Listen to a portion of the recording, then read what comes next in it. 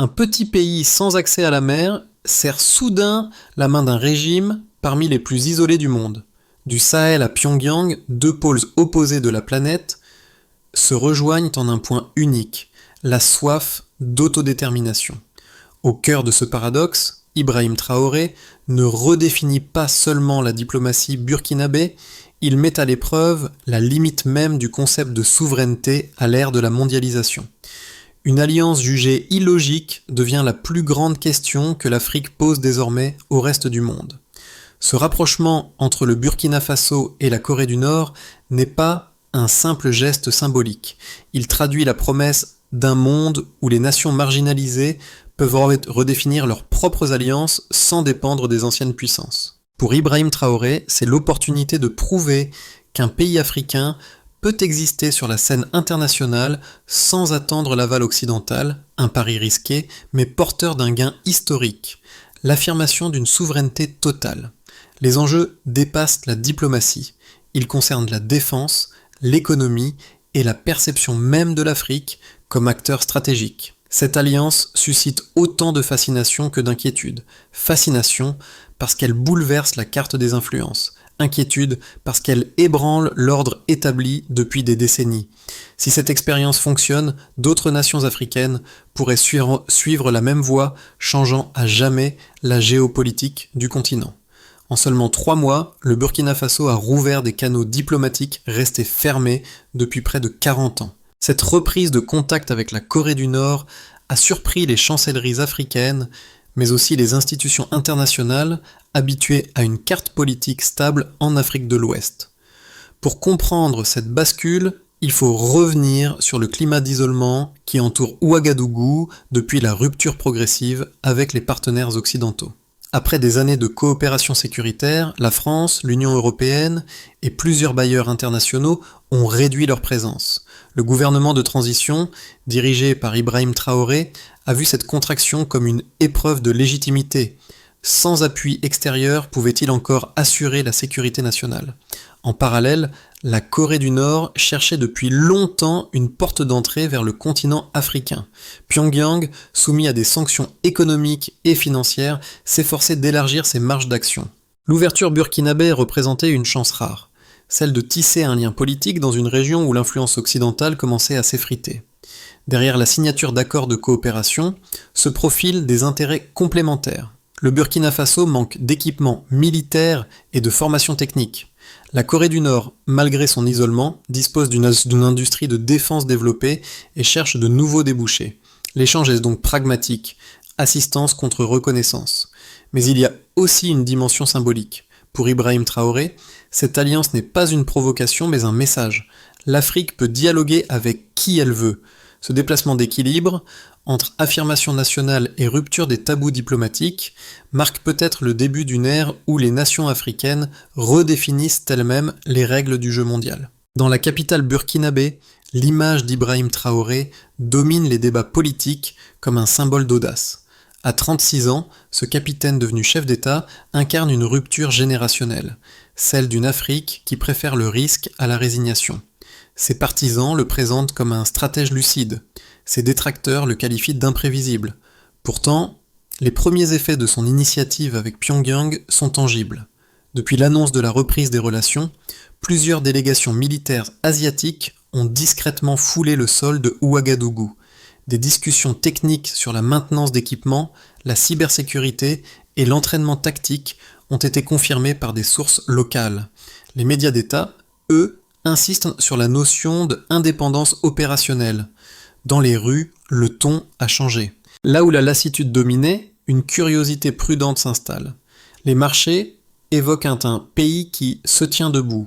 Les analystes régionaux observent déjà un léger redéploiement des alliances. Certains voisins, comme le Mali et le Niger, suivent de près l'expérience burkinabé. Pour Ibrahim Traoré, ces signaux précoces confirment une intuition, montrer qu'une alternative est possible.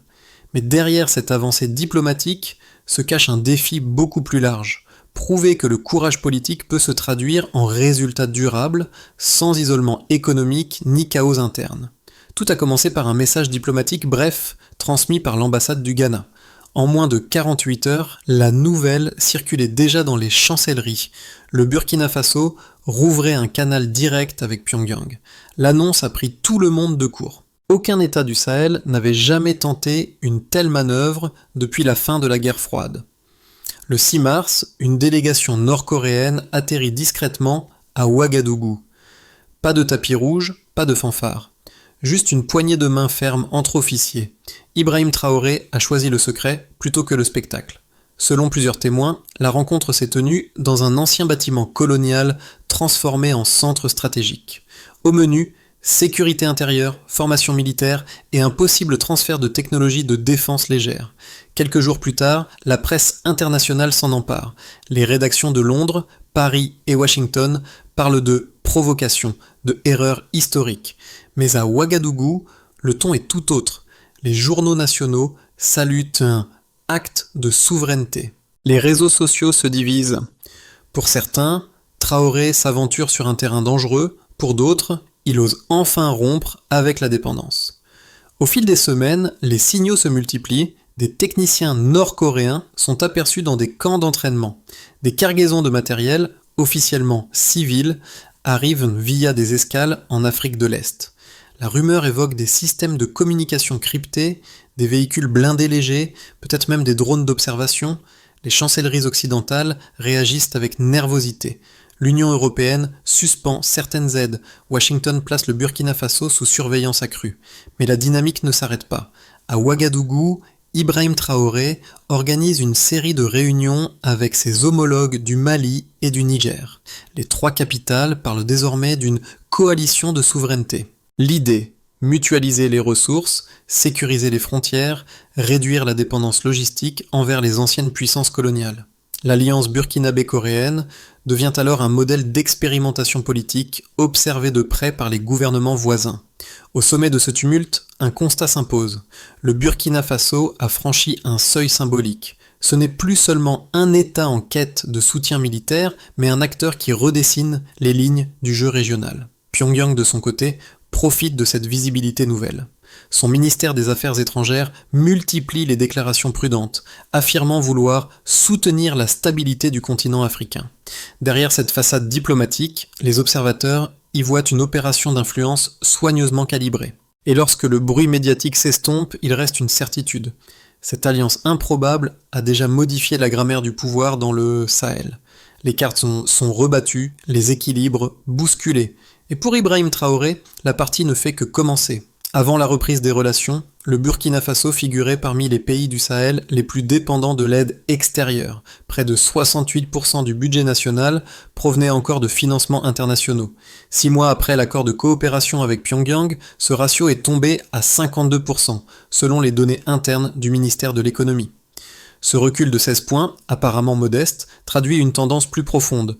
Le gouvernement réoriente ses ressources vers des partenariats dits alternatifs.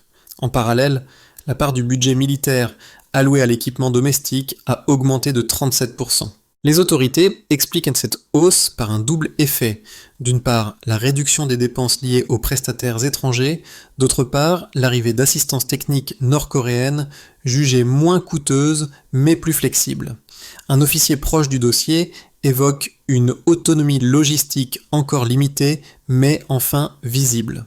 Sur le terrain, les indicateurs de sécurité confirment partiellement ce virage. Entre mai et octobre, le nombre d'incidents recensés dans les régions du Nord et de l'Est a diminué de 19%, selon les rapports compilés par les forces conjointes du Sahel. Les analystes restent prudents. L'amélioration pourrait aussi résulter d'un déplacement temporaire des groupes armés. Mais pour Ibrahim Traoré, cette inflexion prouve que la stratégie commence à produire des effets tangibles. Derrière ces chiffres se cache une recomposition économique. L'État burkinabé a signé 3 protocoles d'accord avec des entreprises asiatiques intermédiaires servant de relais à la Corée du Nord. Ils portent sur la maintenance, la formation technique et la fourniture de matériel dual, civil et militaire. Leur montant global, estimé à 48 millions de dollars, demeure faible comparé aux standards occidentaux, mais il symbolise un mouvement inverse. La substitution d'une dépendance financière par une coopération ciblée. Ce transfert de dépendance n'est pas sans risque. Les institutions financières régionales redoutant une rupture avec les normes de conformité internationale. Certaines banques ont déjà relevé leur coefficient de prudence pour les opérations en provenance d'Asie. Mais du côté du gouvernement, la rhétorique reste inchangée. La souveraineté se mesure au courage d'assumer ses choix. Pour Ibrahim Traoré, les données sont un levier politique. Chaque pourcentage, chaque graphique devient un outil de légitimation. Les chiffres ne servent pas seulement à convaincre, ils fonctionnent comme preuve de viabilité pour un modèle en gestation. Ainsi, le delta économique et militaire observé depuis l'alliance burkinabo-coréenne illustre une réalité nouvelle. L'État expérimente à ciel ouvert sa capacité d'autosuffisance. Les indicateurs sont encore fragiles, mais la trajectoire est claire. Moins de dépendance, plus de contrôle, davantage de fierté nationale. Et au-delà des courbes, c'est une équation politique que le monde entier commence à examiner de près. Les détracteurs de l'alliance entre le Burkina Faso et la Corée du Nord avancent un argument simple. Il s'agirait d'un pari dangereux qui isolera davantage un pays déjà fragilisé. Selon eux, se tourner vers Pyongyang revient à s'enfermer dans une logique de confrontation avec les partenaires historiques et à compromettre l'accès aux circuits financiers internationaux. Leur crainte est fondée sur des précédents. D'autres États, en s'éloignant des normes de gouvernance imposées par l'Occident, ont subi des sanctions durables et des fuites de capitaux. Le second argument met en avant la nature du partenaire lui-même. La Corée du Nord reste soumise à de multiples embargos, son économie opaque, sa technologie controversée. Pour ces observateurs, miser sur un acteur marginal ne peut qu'aggraver la vulnérabilité burkinabé. Il souligne qu'un pays de la taille du Burkina Faso n'a pas les moyens d'absorber les conséquences diplomatiques d'un tel alignement. Mais les défenseurs de cette stratégie retournent le raisonnement. Ils affirment que l'isolement n'est pas une fatalité. C'est une étape transitoire nécessaire pour reconstruire un modèle d'autonomie. L'histoire récente de certains États montre que la diversification des alliances, même risquée, peut restaurer la marge de manœuvre politique.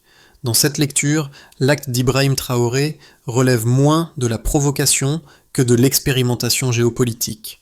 Il ne s'agit pas d'épouser la ligne idéologique de Pyongyang, mais de prouver qu'un pays africain peut négocier d'égal à égal sans tuteur extérieur. Les données de sécurité et les premiers indicateurs économiques cités précédemment servent de contre-preuve. Malgré les inquiétudes, aucun effondrement institutionnel n'a été observé. Les salaires publics sont payés, la monnaie reste stable et les coopérations régionales continuent. En d'autres termes, la rupture annoncée par les critiques n'a pas eu lieu. Ainsi se dessine le dilemme réel. Faut-il craindre l'isolement ou craindre de ne jamais en sortir ? Pour Ibrahim Traoré, la réponse est claire. Le risque calculé vaut mieux que la dépendance perpétuelle. Tout bascule à huis clos. Ce n'est ni une conférence de presse, ni un discours télévisé, mais une réunion confidentielle dans une caserne de Ouagadougou. Là, Ibrahim Traoré dévoile un document interne, un plan de transition économique articulé sur 3 ans. Objectif : convertir l'alliance militaire en moteur de souveraineté industrielle. Les conseillers présents découvrent une stratégie inattendue. La coopération avec la Corée du Nord ne se limite pas à la défense. Elle s'étend à l'agriculture, à la formation technique et à la production énergétique décentralisée. Pyongyang fournirait les schémas, Ouagadougou adapterait les modèles à faible coût. La révélation change la perception du projet. Ce n'est plus une manœuvre de survie, mais un plan de transformation. Certains ministres, sceptiques au départ, reconnaissent une cohérence nouvelle, bâtir des outils d'autonomie avant de chercher la reconnaissance internationale. À ce moment précis, le récit s'inverse. L'alliance n'apparaît plus comme un geste symbolique, mais comme la matrice d'un programme à long terme. Et pour Ibrahim Traoré, la question cesse d'être « pourquoi Pyongyang ?» Elle devient « que faire de cette liberté nouvellement acquise ?» Les répercussions de l'alliance entre le Burkina Faso et la Corée du Nord se manifestent sur 4 fronts distincts, révélant à quel point la décision d'Ibrahim Traoré a redéfini le paysage régional. Sur le plan institutionnel, le pays consolide une posture de résistance. Les médias d'État mettent désormais en avant le thème de la souveraineté agissante. Le discours politique s'unifie autour d'un mot-clé, indépendance. Cette cohérence narrative, rare dans la région, renforce la légitimité du pouvoir face à une opinion publique longtemps fragmentée. Cependant, cette centralisation du message n'est pas sans dérive.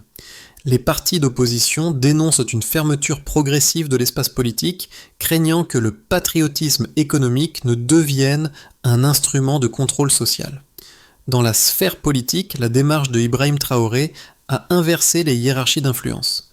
Les technocrates formés à l'étranger perdent du terrain face aux officiers et ingénieurs locaux, désormais mis en avant comme piliers de la refondation. Ce basculement de pouvoir interne traduit une volonté d'enraciner la décision politique dans les institutions nationales plutôt que dans les cabinets de conseil extérieurs. Mais cette transformation crée aussi des tensions. Plusieurs diplomates expérimentés ont été écartés, réduisant la capacité du pays à négocier sur la scène internationale. Au sein de la population, le contraste est saisissant. Les classes urbaines, plus connectées aux médias occidentaux, expriment leurs inquiétudes face aux sanctions possibles. Dans les zones rurales, en revanche, la perception est différente. Les projets d'électrification, d'irrigation et de formation technique soutenus par les partenaires asiatiques suscitent un regain d'espoir. Les habitants y voient moins une alliance idéologique qu'une opportunité concrète d'améliorer leurs conditions de vie. Le mot dignité revient souvent dans les enquêtes de terrain, preuve que la politique étrangère de Traoré touche à un ressort profond de la société burkinabé. Sur le plan géopolitique, le mouvement s'étend. Le Mali et le Niger observent avec intérêt les effets de ce rapprochement. Des délégations exploratoires auraient déjà été dépêchées vers l'Asie pour étudier la faisabilité de partenariats similaires. Pour la première fois depuis des décennies, l'Afrique de l'Ouest parle d'elle-même comme d'un bloc capable d'expérimenter des modèles hors du cadre occidental. Cette dynamique nouvelle inquiète les capitales européennes, mais inspire d'autres régions en quête d'autonomie, notamment en Afrique centrale. Ainsi, l'alliance burkinabo-coréenne agit comme un catalyseur. Elle fracture les certitudes anciennes, mais crée une matrice de transformation durable. Et au centre, Ibrahim Traoré apparaît non plus comme un simple chef d'État, mais comme le symbole d'une génération prête à redéfinir la place du continent dans le monde. L'évolution de l'alliance entre le Burkina Faso et la Corée du Nord au cours des 12 prochains mois dépendra de 3 variables: la stabilité interne, la réaction des partenaires étrangers et la résilience économique.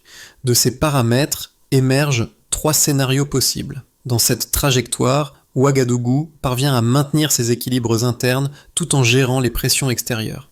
Les échanges militaires et techniques continuent à petite échelle sans franchir les seuils critiques qui provoqueraient de nouvelles sanctions. Le Burkina Faso gagne progressivement en autonomie tout en restant dans la zone grise du système international. C'est la voie la plus probable selon plusieurs analystes, celle d'une transition lente mais contrôlée. Ce scénario repose sur un effet d'entraînement. Les résultats visibles sur le terrain, sécurité renforcée, infrastructures locales modernisées, incitent d'autres pays sahéliens à emboîter le pas. Une plateforme de souveraineté émerge, appuyée sur des échanges sud-sud accrus. Les tensions diplomatiques s'atténuent, car la communauté internationale comprend qu'il s'agit moins d'un basculement idéologique que d'une redéfinition du partenariat.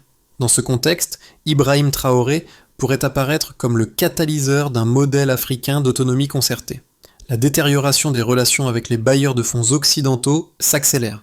Les sanctions financières se multiplient, la croissance recule et la population urbaine exprime sa frustration. Pyongyang, confronté à ses propres crises internes, réduit son soutien logistique. Le Burkina Faso se retrouve piégé dans une double dépendance politique et économique dont il avait voulu s'affranchir. Ces 3 futurs possibles partagent un même enseignement. La souveraineté n'est pas un État, mais un processus. La réussite du pari dépendra de la capacité d'Ibrahim Traoré à transformer un acte de défiance en projet collectif. Comme le rappellent certains observateurs africains, l'indépendance ne se décrète pas, elle se pratique chaque jour. Au-delà des chiffres et des communiqués, le basculement diplomatique initié par Ibrahim Traoré a produit un effet inattendu, une onde émotionnelle nationale. Dans les écoles, les universités et les médias communautaires, le débat sur la souveraineté n'est plus théorique. Il s'incarne dans un vocabulaire nouveau, plus affirmatif, presque décomplexé. Les jeunes citent le président comme une figure de refus, parfois même d'inspiration. Si lui a osé, pourquoi pas nous, devient un leitmotiv entendu dans les rassemblements étudiants et les marchés populaires. Les artistes, poètes et musiciens locaux reprennent ce thème dans leurs œuvres, mêlant patriotisme et revendication sociale. Le sentiment collectif, longtemps marqué par la résignation, se transforme lentement en énergie constructive. Dans les familles, la conversation change de ton. Ce qui était perçu comme un isolement devient, pour certains, une affirmation de dignité. Le drapeau, symbole longtemps cantonné aux cérémonies officielles, retrouve une présence visible dans l'espace public. Cette fierté, bien que fragile, agit comme un ciment social provisoire dans un pays éprouvé par des années d'instabilité. Mais cette effervescence comporte aussi un revers. La polarisation s'intensifie entre partisans enthousiastes et critiques inquiets. Certains redoutent que l'exaltation patriotique ne devienne un écran de fumée masquant les difficultés économiques. Le défi, pour Ibrahim Traoré, sera de convertir cette ferveur en cohésion durable, une émotion qui bâtit plutôt qu'elle ne consume. Le gouvernement de transition a défini une feuille de route articulée autour de 5 étapes, pensée pour traduire l'alliance burkinabo-coréenne en résultats mesurables. Tout d'abord, un audit des besoins réels était prévu. Une équipe mixte de techniciens nationaux et d'experts asiatiques évalue les capacités locales en énergie, agriculture et défense. Objectif, dresser une cartographie claire des dépendances structurelles d'ici à la fin de l'année. Ensuite, un transfert de compétences est envisagé. Des modules de formation technique sont déployés dans 3 académies régionales. Chaque session dure 4 semaines et vise à produire des formateurs burkinabés autonomes. Indicateur de réussite, 300 techniciens certifiés en 12 mois. Puis vient une phase d'industrialisation progressive, création d'ateliers semi-autonomes pour l'assemblage d'équipements agricoles et de matériel de communication. La production pilote débute au second trimestre, financée en partie par un fonds souverain alimenté localement. Par la suite, une diplomatie régionale proactive est mise en œuvre. Sous l'impulsion d'Ibrahim Traoré, une série de rencontres bilatérales est prévue avec le Mali et le Niger. Le but ? Harmoniser les normes de production et mutualiser les achats stratégiques afin d'amplifier les effets de l'autonomie. Enfin, un suivi et une évaluation régulière sont prévus. Chaque trimestre, un rapport public devra mesurer les progrès, les écarts et les impacts concrets sur la population. Les indicateurs prioritaires, sécurité alimentaire, accès à l'énergie et stabilisation des revenus ruraux. Ce plan, à la fois pragmatique et symbolique, cherche à institutionnaliser la vision politique de Ibrahim Traoré, transformer un acte de défiance en infrastructure durable. Au terme de cette séquence diplomatique inédite, le Burkina Faso se regarde autrement. Ce qui paraissait être un geste de rupture s'est mué en miroir collectif. Dans les discours comme dans les rues, le mot audace a remplacé celui de crainte. L'écho du pari d'Ibrahim Traoré dépasse la seule sphère politique. Il touche la conscience d'un peuple habitué à attendre la permission d'agir. Les premières semaines avaient ressemblé à une provocation.